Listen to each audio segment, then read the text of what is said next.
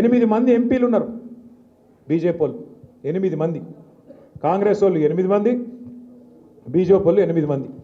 దొంగలు కలిసి ఊర్లు పంచుకుని అంటారు. ఒక అట్లనే ఉన్నది కరెక్ట్గా 16, ఒకటి మజ్లిస్సు, 17లో ఒకటి మజ్లిస్సు, ఇంకొక 16 మిగిలితే 8 వాళ్ళు 8 వీళ్ళు. మరి 16 మంది ఉన్నారు.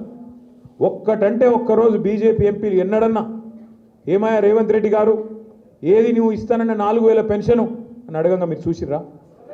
ఎన్నడన్నా 6 గ్యారంటీలు ఏమైనా రేవంత్ రెడ్డి గారు అని ఒక్క బీజేపీ ఎంపీ మాట్లాడతాడా? తులం బంగారం ఏమైందని మాట్లాడతాడా? రైతు బంధు ఎందుకు వేస్తలేవని మాట్లాడతారా ఒక్క బీజేపీ ఎంపీ?